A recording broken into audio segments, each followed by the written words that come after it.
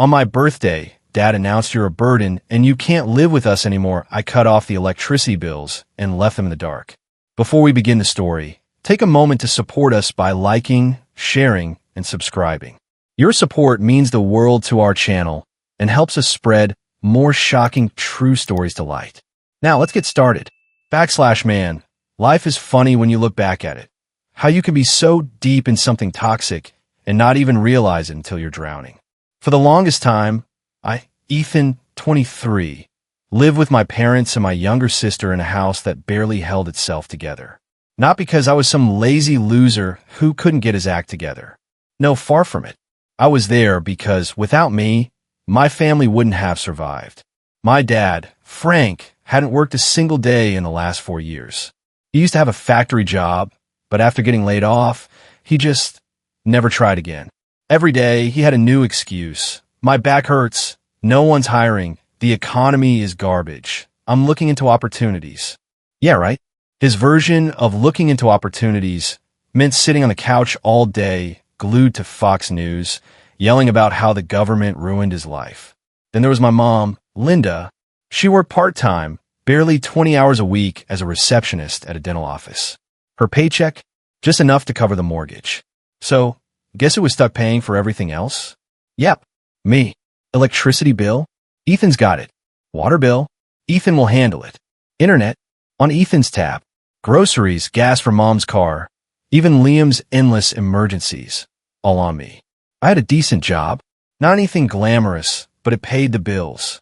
The problem was, it wasn't just my bills I was paying. And the worst part? No one ever said thank you. It wasn't even acknowledged. It was just expected.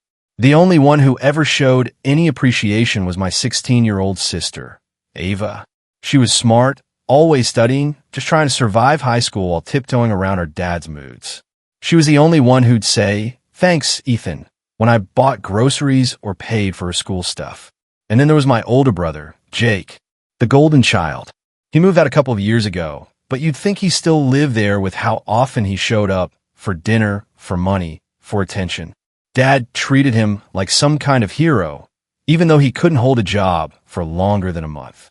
He'd sit there, feeding Dad all the crap he wanted to hear, how the system was rigged, how Dad was too qualified for entry-level jobs, how life would be different if the economy wasn't so broken. And Dad ate it up like candy.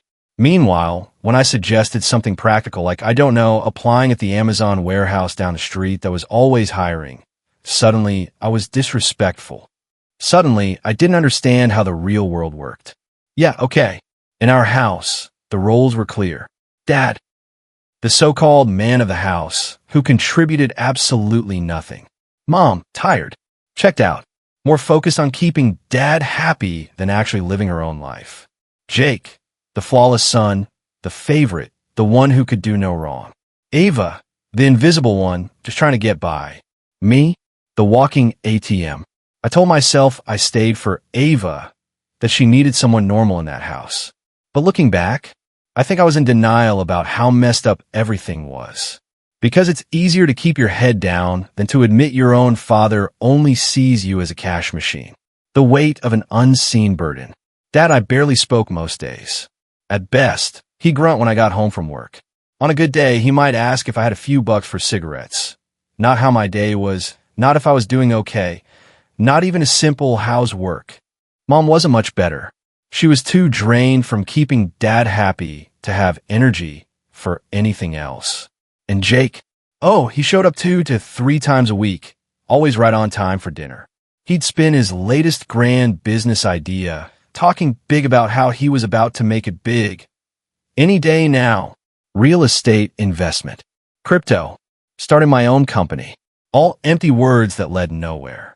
But Dad would sit there, nodding along like Jake was giving some kind of TED Talk. "That's my boy," Dad would say proudly, while I sat there, staring at my empty wallet, knowing that I would be the one paying for next week's groceries. Every month, my routine was the same. The first of the month, payday, log into my banking app, pay every bill under my name, electricity, water, internet, streaming services, even the damn family cell phone plan. Sometimes, I had to skip hanging out with my friends because the bills wiped me out completely. Did anyone ever offer to help? Of course not. It was just expected. One time, my paycheck got delayed, and the internet went out because the bill wasn't paid on time.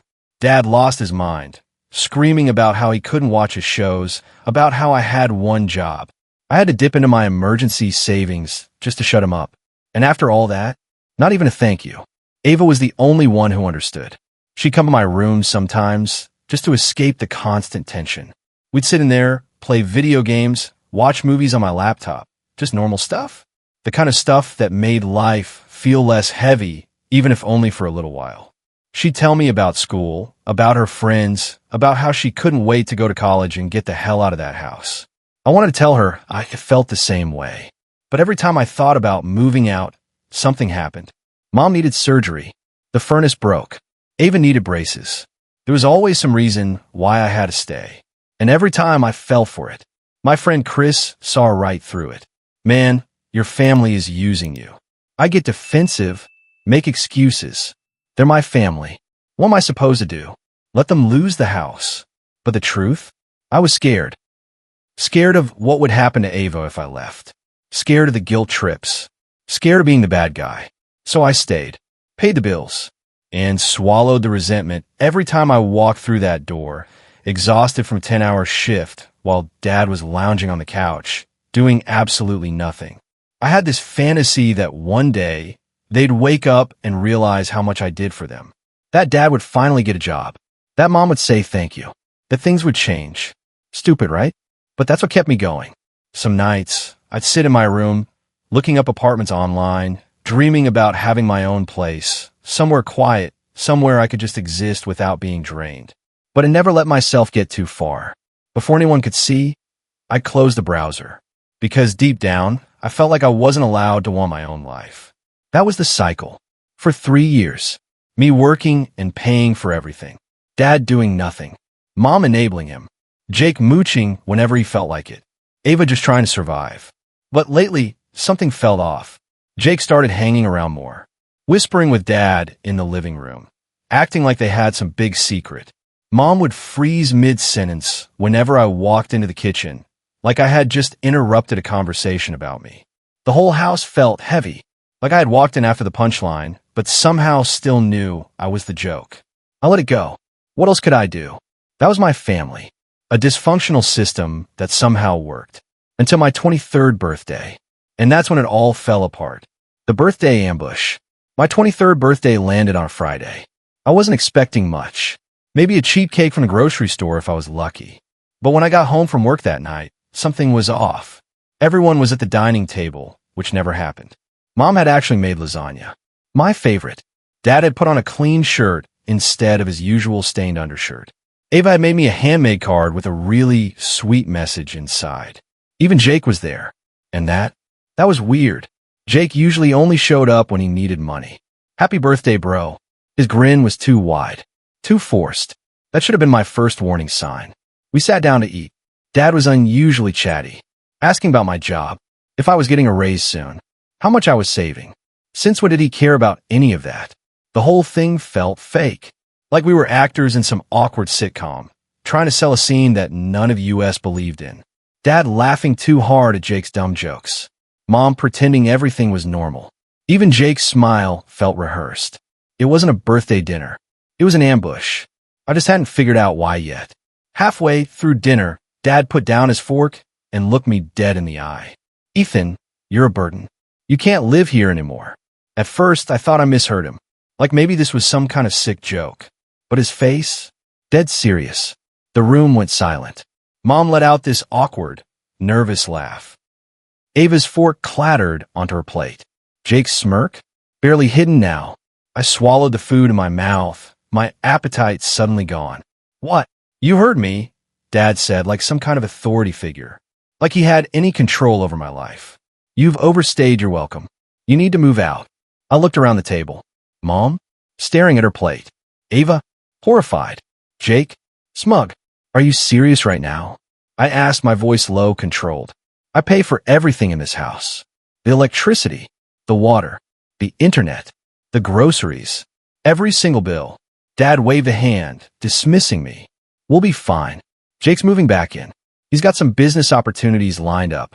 And there it was. Jake had convinced Dad to kick me out. Probably promised him some fantasy about taking care of things once I was gone. What a joke. Jake, the guy who couldn't hold a job at McDonald's for more than 3 weeks, was going to support the family? Yeah, right. Little bro, Jake said, his grin widening. Time for you to get your own place. I'll handle things here. I almost laughed. This was their big plan? Kick out the one person keeping the lights on and replace him with Jake? Mom finally spoke up. Weak. Hesitant. Maybe we should talk about this later. But Dad cut her off. No. This is my house. I make the rules. And I say he's done here. I looked at Ava. Her eyes were shiny with unshed tears. She wasn't stupid. She knew exactly what was happening. And she was probably wondering if she was next. I took a deep breath. I wasn't going to beg. I wasn't going to argue. If they wanted me gone, fine. But they had no idea what they were really asking for. All right, I said it simply. No emotion. No fight. Dad sat up straighter, like he had won something. Jake's smirk got bigger. Mom still wouldn't look at me. I stood up, grabbed my plate, walked to the sink, and set it down. Then I turned and walked straight upstairs. As I left, I heard Jake chuckle. See? Told you he'd be cool with it. He's been wanting to move out anyway. Cool with it? They had no idea what was coming. I went straight to my room and started throwing my stuff into bags. No point staying where I wasn't wanted. And if they thought they could toss me out and still benefit from my money, oh, they were about to learn a very expensive lesson. I could hear them talking downstairs. Dad and Jake, laughing. Mom's voice, lower, nervous. I caught bits and pieces. But how will we pay the... What about the bills? And then Dad's confident, clueless voice. Jake's got connections. Sure he did. Jake's connections were about as real as his business opportunities. An hour later, there was a soft knock on my door. Ava. I let her in, and she immediately closed the door behind her. Her eyes were red. Puffy. What the hell was that? She whispered. I kept packing. That, I said, was me getting kicked out on my birthday. She looked furious. But that's insane. You pay for everything. They can't afford anything without you. Not my problem anymore. I zipped in my duffel bag. Where will you go? She asked, voice small. I've got some savings. I'll find an apartment. Maybe crash with Chris for a few days. She hesitated. Ethan, can I? She didn't finish the sentence. But I already knew. You know they won't let you come with me. Not until you're 18. She nodded slowly. This is so messed up, she muttered. Jake put them up to this. He's been talking to Dad all week, saying you don't respect him. That you act like you own the place because you pay the bills. And that made sense. Jake had always been jealous. That I had a steady job. That Dad's fragile ego couldn't handle the fact that I was the responsible one. Listen, I told her, I'll still check on you. We can text. And when you turn 18, if you need a place to stay, you can come to me. She nodded, then hugged me. Happy birthday, by the way. Sorry it turned out like this. After she left, I sat on my bed, thinking, making a mental list of every bill I had to take my name off of. By morning, they were going to learn exactly what they'd given up, flipping the switch on their reality. I waited until the house was dead silent, until I was sure everyone was asleep. Then at 1 a.m., I grabbed my bags, walked downstairs as quietly as I could, and loaded everything into my car. I stood in the driveway for a moment, staring back at the house. The house I had kept running. The house I had sacrificed years of my life for. And now, they wanted me gone. Fine. But they had no clue what was coming next. I pulled out my phone, opened my banking app, and got to work. One by one, I removed my name from every single bill. Electricity? Disconnected. Water?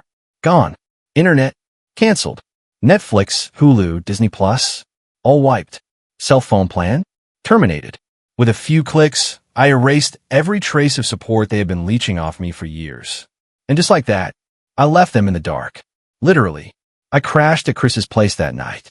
His couch was lumpy as hell, his roommate was loud, and his dog wouldn't stop trying to sleep on my face. But you know what? It was still better than living in that house. Chris stared at my bags when I walked in. Dude, what happened? They kicked me out. His eyebrows shot up. No way. That's cold. I shrugged. Yeah. Well, wait till they try to turn on the lights next week. Chris let out a slow whistle. Damn, you really pulled the plug on them. Every last one. And I meant it. The next few days were a whirlwind. Chris let me use his laptop to start apartment hunting. For the first time in years, I was only thinking about my own future.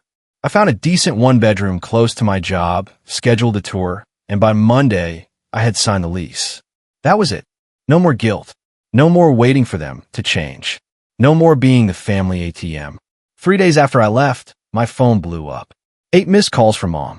5 from Jake. 0 from Dad. Of course. His ego wouldn't let him. And 1 text from Ava. The power just got cut off. I grinned. That was faster than I expected. The electric company must have been waiting for that overdue payment. Then another text from Ava. Dad's losing his mind. He says you sabotaged the house somehow. I could picture it perfectly. Dad stomping around in the dark, ranting about how I messed with something. Jake realizing his big plan wasn't working. Mom panicking about how she couldn't watch her shows or charge her phone. Then my phone rang again. Mom, I'll let ring once. Twice. Then just for fun, I picked up. Tyler, something's wrong with the house. She blurted out before I could even say hello. The power's out. The internet's not working. The water company just called and said we're past due. Did you forget to? I cut her off. I didn't forget anything. Silence. Then, in a small, hesitant voice. What do you mean? I almost laughed. The electric bill? The water bill? The internet? Those just got paid automatically when my name was on the accounts. But now? Not my problem. Silence. Then, in the background, I heard Dad's furious voice. What's he saying? Let me talk to him. Mom ignored him. Tyler, please, we didn't think. That's right. You didn't think. I hung up, and immediately, my phone started ringing again. I ignored it. Then the text messages started. Mom, please call me back. We need to talk. Jake, real mature, bro, turn the power back on. Mom again, your father didn't mean what he said. He was just upset. Jake, stop being a little b asterisk asterisk asterisk and fix this. Asterisk. Blocked. Both of them. The only one I didn't block? Ava. Later that night, she texted again. It's like a war zone here. Dad and Jake are freaking out. Mom's crying. Nobody knows what to do. I felt a little bad for Ava having to deal with all of it. But the rest of them? They deserved every bit of it. The next morning, I woke up to a fraud alert from my bank. Someone had tried to access my account 3 times. From my parents' IP address. I called the bank, locked everything down, and changed every single password. Then I called Ava. What's going on over there? I asked when she picked up. Her voice was hushed. It's really bad, she whispered. Jake and Dad were on the computer all morning, trying to get into your accounts. How? Do they even know my passwords? Not really, but Mom had this old notebook. The little blue one in the desk drawer. It had all your old passwords from high school. My stomach sank. Mom had always kept a notebook with everyone's passwords. For emergencies. I had stopped using those passwords years ago, but Dad and Jake were desperate enough to try them anyway. Ava kept talking. Jake was guessing your security questions. Your first pet's name, Mom's maiden name. And Dad was searching your old emails for password reset links. It didn't work, thanks to 2-factor authentication. They even tried calling the bank, with Jake pretending to be me. And the bank shut them down instantly. I almost laughed. I could picture it perfectly. Jake fumbling through security questions, trying to sound confident while completely failing. Chris, who had been sitting nearby, raised an eyebrow. Everything okay? I put the phone on speaker and let Ava repeat everything. Chris whistled. Dude, your family is insane. We spent the next hour locking down everything. Bank accounts? Extra security. Emails? New passwords. Social media? Locked down tight. Credit? I froze my credit just in case they tried to open anything in my name. By the time I was done, I felt untouchable. Let them try. They had already lost. That night, Ava texted me again. They were gone all night. Came back super pissed. I think they were looking for you. Great. Now they were actually hunting for me. I called Chris. Dude, if my dad or Jake comes looking for me, don't tell them where I am. Chris didn't even hesitate. Hell no, man. You should call the cops. I held off. Nothing had happened yet, but I had a bad feeling, and I had no idea how much worse it was about to get. The threats begin. I tried to focus at work the next day, but my mind kept drifting. Were they really looking for me? What were they planning? Ava's text from the night before kept replaying in my head. They were gone all night. Came back super pissed. I think they were looking for you. I checked my phone constantly, half expecting to see more missed calls or messages. Nothing. That should have made me feel better. But instead, it just made me more paranoid. That night, I got home and checked my mailbox. And that's when I saw it. A crumpled handwritten note shoved inside. No envelope. No signature. Just 6 words scrawled in messy, familiar handwriting. We know where you live. My stomach dropped. I stood there in the cold, gripping the note, my heart pounding in my ears. They had my address. Either someone had followed me, or they had somehow gotten it another way. I looked over my shoulder, scanning the parking lot. Nothing. No sign of them. But that didn't mean they weren't out there. 2 nights later, everything hit the fan. I was at Chris's apartment, picking up the last of my stuff. We were in the middle of a video game when it happened. Boom, boom, boom. Someone pounded on the door. Hard, like they were trying to break it down. Chris froze, controller still in his hands. What the hell? But I already knew. I set my controller down slowly. Don't open it. The pounding continued. Louder, angrier. Then a voice. Jake, Tyler. Open the damn door. Chris shot me a look. Dude, your family is psycho. I grabbed my phone and started dialing. 911. Ring, ring. You can't hide in there forever. Now is Dad. You think you can just walk out on your family after everything we did for you? I almost laughed at how backwards that was. Then bang. A new sound. Not fists. Something hard hitting the door. I looked through the peephole and felt my blood run cold. Jake was holding a baseball bat. The 911 operator picked up. 911. What's your emergency? I took a deep breath. My father and brother are outside my friend's apartment threatening me. They have a baseball bat. They're trying to break in. The dispatcher's voice sharpened. Are they actively trying to force entry? Another bang against the door. Yes. Stay on the line. Officers are on their way. Chris had backed up to the far side of the room, his face pale. Dude, they're insane. No kidding. More shouting from outside. You ungrateful piece of SH asterisk. Asterisk. You're gonna pay for what you did. We're your family. You owe us. Then, the worst part. The door swung open. Jake shoved his way inside. The bat hit the floor with a heavy thud. And before I could react, he lunged at me, grabbed my shirt, yanked me forward so hard I nearly fell. His grip twisted the fabric, choking me. His face was inches from mine, eyes wild with rage. You think you can screw us over? He hissed.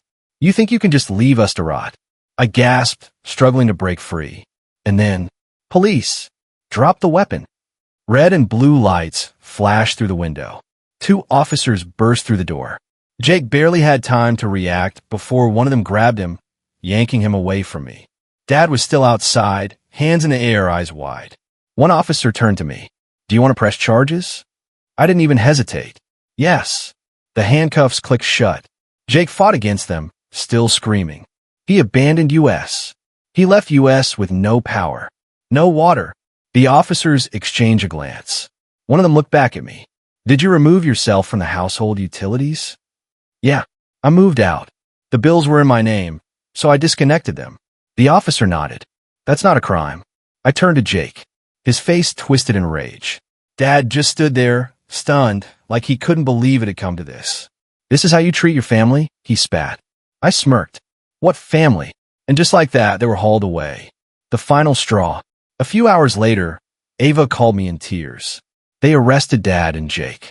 Mom's freaking out, saying it's all your fault. I sighed. Ava, they showed up with a baseball bat. What was I supposed to do? She was quiet for a moment. I know. I'm not blaming you. It's just everything's falling apart here. Mom's tried to get money together for bail. I let out a humorless laugh. With what? She doesn't have any savings. More silence. Because we both knew the truth. Without me, they were broke. The next morning, I woke up to another text from Ava. Mom's selling your stuff. I called her immediately. What do you mean she's selling my stuff? Your laptop. Your gaming PC. She took them to the pawn shop this morning. I saw red. That's theft, Ava. Those are my things. She says anything you left behind belongs to the house now. I hung up and called the police again. Filed a theft report. Then I drove straight to the house. When I pulled up, I saw something that made my stomach drop. My motorcycle, the one I had left at my friend Dave's place for safekeeping, was sitting in the driveway. It had been hot-wired, and there were fresh scratches on the side. I got out of my car, fuming. Mom opened the door, arms crossed. "Oh, now you show up?" she sneered. I ignored her. "You stole my motorcycle." She shrugged. "It was just sitting at Dave's place. You weren't using it." My fist clenched. "Give me the keys. Now." She hesitated. "We need money, Tyler." "No, you need me. And you lost that privilege." Something in my voice must have scared her, because she disappeared inside. A minute later, she came back and threw the key at me. "There," she spat. "Happy now?" I caught the key and took a deep breath. I'm getting the rest of my stuff. And then I'm gone. For good. The last goodbye. I walked past Mom without another word, stepping into the house that no longer felt like anything but a graveyard of bad memories. Ava was already waiting in the hallway. She looked at me with worried eyes. "She sold your laptop already," she whispered. "And your gaming PC." I tried to stop her, but I closed my eyes, trying to breathe through the rage boiling in my chest. Then I turned to Mom. "Where's the money for my stuff?" She crossed her arms. "We needed it for bills." That was it. The final straw. I pulled out my phone and started texting every pawn shop in town. Sent them photos of my laptop and PC. Told them they were stolen and that I'd be coming to reclaim them. Then I turned back to Mom. "You've got 24 hours to get me that money," I said coldly. She scoffed. "Or what?" I took a step closer. "Or I'll start clearing this house out. Furniture, appliances, anything I can sell to make back what you stole from me." Her face went pale. "Tyler, you can't be serious." "Dead serious." I cut her off. "You should have thought about that before you kicked me out and sold my stuff like it was yours." She didn't have an answer, because there was nothing left to say. I spent the next hour gathering the last of my belongings. Most of the valuable things were already gone, sold off for quick cash. But I still took whatever was left. Clothes, books, keepsakes. Ava helped me carry the boxes to my car. When we finished loading, she turned to me, biting her lip. "Is this really happening?" she asked softly.